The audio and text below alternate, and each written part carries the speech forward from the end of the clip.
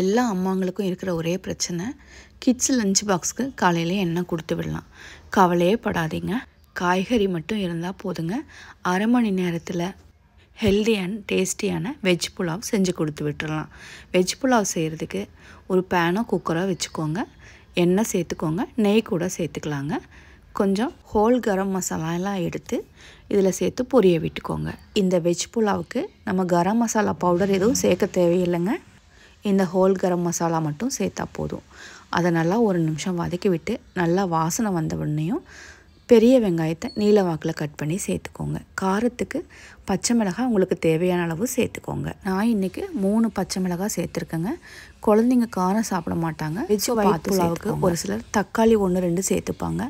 தக்காளி சேர்க்குறதால colour change ஆகிடுங்க, கூடவே புளிப்பும் வந்துடும். ஸோ தக்காளியை முடிஞ்ச அளவுக்கு அவாய்ட் பண்ணிக்கோங்க.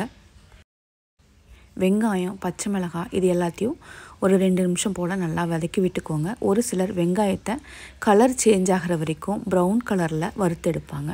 அந்த மாதிரி செய்கிறப்போ ஒயிட் புலாவ் அதே போல் இந்த புலாவுக்கு மஞ்சள் தூளோ மிளகாய் தூளோ நான் சேர்க்க போகிறது இல்லைங்க.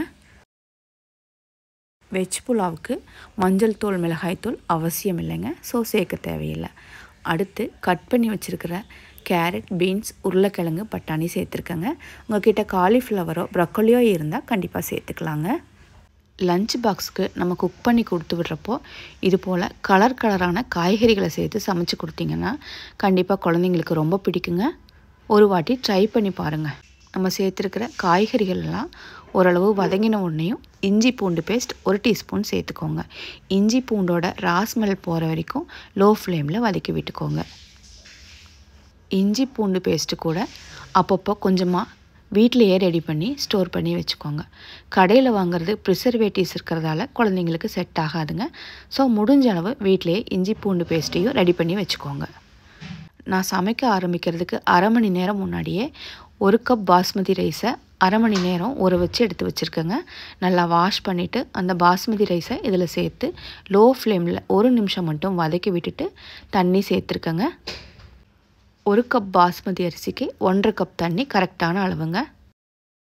வாஷ் பண்ணி சேர்த்த அரிசியை உடையாமல் லைட்டாக மட்டும் கலந்து விட்டுட்டு தண்ணியை சேர்த்துக்கோங்க. தேவையான அளவு உப்பையும் சேர்த்துக்கோங்க. இந்த டைமில் உங்கள்கிட்ட புதினா கொத்தமல்லி இருந்தால் கண்டிப்பாக கட் பண்ணி சேர்த்துக்கோங்க. இது நல்லா ஃப்ளேவர் கொடுக்குங்க. தண்ணி நல்லா கொதித்து வந்த உடனேயும் மூடி போட்டு ஒரு 10 நிமிஷம் போல் ஹை ஃப்ளேமில் குக் பண்ணிக்கோங்க. 10 நிமிஷத்தில் நம்ம சேர்த்த அரிசி 70% நல்லா குக் ஆகிருக்குங்க. இந்த டைமில் ஒரு தோசை தவாவை சூடு பண்ணிவிட்டு லோ ஃப்ளேமில் வச்சு ஒரு 10 நிமிஷம் போல் தம் போட்டு குக் பண்ணிக்கோங்க. 10 நிமிஷம் கழித்து ஃப்ளேம் ஆஃப் பண்ணிவிட்டு 1 ஸ்பூனோ 2 ஸ்பூனோ நெய் மட்டும் மேலே சேர்த்து நல்லா கலந்து விட்டுக்கோங்க. அவ்வளோதாங்க, நல்லா டேஸ்டியான கலர்ஃபுல்லான ஒயிட் வெஜ் புலாவ் ரெடி ஆகிடுங்க. உங்கள் குழந்தைங்களுக்கு நீங்கள் இந்த ஒயிட் வெஜ் புலாவை கண்டிப்பாக லஞ்ச் பாக்ஸ்க்கு ட்ரை பண்ணி கொடுத்து விட்டு பாருங்கள். கண்டிப்பாக திரும்ப அடிக்கடி கேட்பாங்க. ஓகேங்க, நம்ம வீட்டு லஞ்ச் பாக்ஸ் ரெசிபியான வெஜ் ஒயிட் புலாவ் உங்களுக்கு பிடிச்சிருந்தா மட்டும் லைக் பண்ணுங்கள். இது யூஸ்ஃபுல்லாக இருக்கும்னு நினச்சிங்கன்னா உங்கள் ஃப்ரெண்ட்ஸ் அண்ட் ரிலேட்டிவ்ஸ்க்கு ஷேர் பண்ணி விடுங்க. அதே போல் நம்ம இன்ஸ்டாகிராம் பேஜ் மீனாஸ் லைஃப் ஸ்டைலை ஃபாலோ பண்ணுங்கள். அண்ட் மறக்காமல் நம்ம யூடியூப் சேனல் மீனாஸ் லைஃப் ஸ்டைலை சப்ஸ்கிரைப் பண்ணி சப்போர்ட் பண்ணுங்கள். ஓகேங்க, இன்னொரு ரெசிபியோட உங்களை சந்திக்கிறேன். அது வரைக்கும் குட் பை. தேங்க்யூ.